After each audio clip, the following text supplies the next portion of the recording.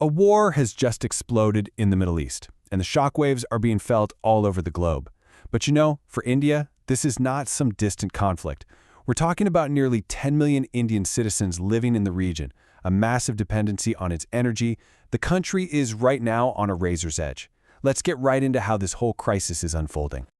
I've made many videos on wars, but it never felt this personal. Just listen to those words from YouTuber Dhruv Rathi. They really set the scene, don't they? It brings home that for so many people, this conflict didn't start with a news headline, but with pure chaos on the ground. I mean, can you imagine?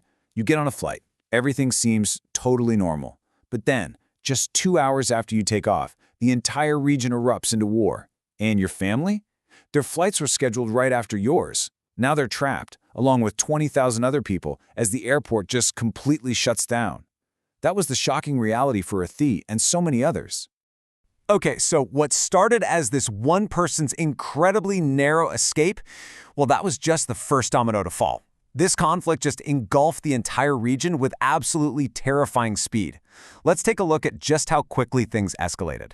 I mean, look how fast this all went down. On February 28th, the US and Israel launch a joint attack on Iran. Almost immediately, the war spills over into the UAE. Suddenly, there are reports of an explosion at a major hotel, drones being shot down near the world's tallest building, and then boom, a total shutdown of air travel. In just a few hours, one of the biggest global hubs was brought to a complete standstill. So while the whole world was watching the skies over the Gulf, something else was unfolding at sea. And this event would drag India directly into this geopolitical storm, whether it wanted to be or not. Okay, just look at the whiplash on this timeline. On February 17th, India is welcoming this Iranian warship, the Iris Dina, with open arms. It's a friend taking part in a naval exercise. The hashtag is literally hashtag Bridges of Friendship. Then, just 2 weeks later, on March 4th, that exact same ship is at the bottom of the Indian Ocean, hit by an American torpedo. 87 sailors dead. It's just a brutal illustration of how fast alliances and situations can change. And this is the criticism that immediately erupted. I mean, this happened right in India's strategic backyard, to a ship it had just hosted as a partner.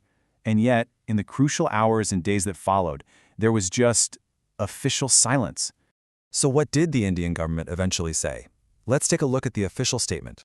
So, the official line from the Ministry of External Affairs was very carefully worded. It expressed deep concern, urged restraint, classic diplomatic language. But the real message, the core of it, was this. The safety of the 10 million Indian citizens in the Gulf was priority number one. It's a statement designed to protect your own people and interests without pointing fingers or taking sides. All right, so beyond the military action and the diplomatic tightrope walking, this conflict triggered a massive economic threat. Because this war wasn't just being fought with missiles, it was being fought with control over the world's energy supply. This right here is the Strait of Hormuz. Now, it might look like just a narrow stretch of water, but it is, without a doubt, the world's most critical energy artery. It's a tiny choke point, and any blockage here has huge consequences for, well, everyone. And the numbers on this slide just show you the scale of the world's dependency. We're talking nearly a third of all crude oil that travels by sea and over a fifth of the world's natural gas. When this strait gets disrupted, it's not just a regional problem, it's a global crisis that hits energy prices for all of us. And then, the worst-case scenario happened. On March 2nd, Iran declared the strait closed. Just like that. They effectively turned off the tap for a huge chunk of the world's energy. A move with immediate and, frankly, devastating consequences. And this wasn't just a threat. The impact was immediate. This is Qatar's Ras Laffan facility. It's the biggest of its kind in the entire world. After it was targeted by Iranian drones, it had to stop production, sending total shockwaves through the global gas markets.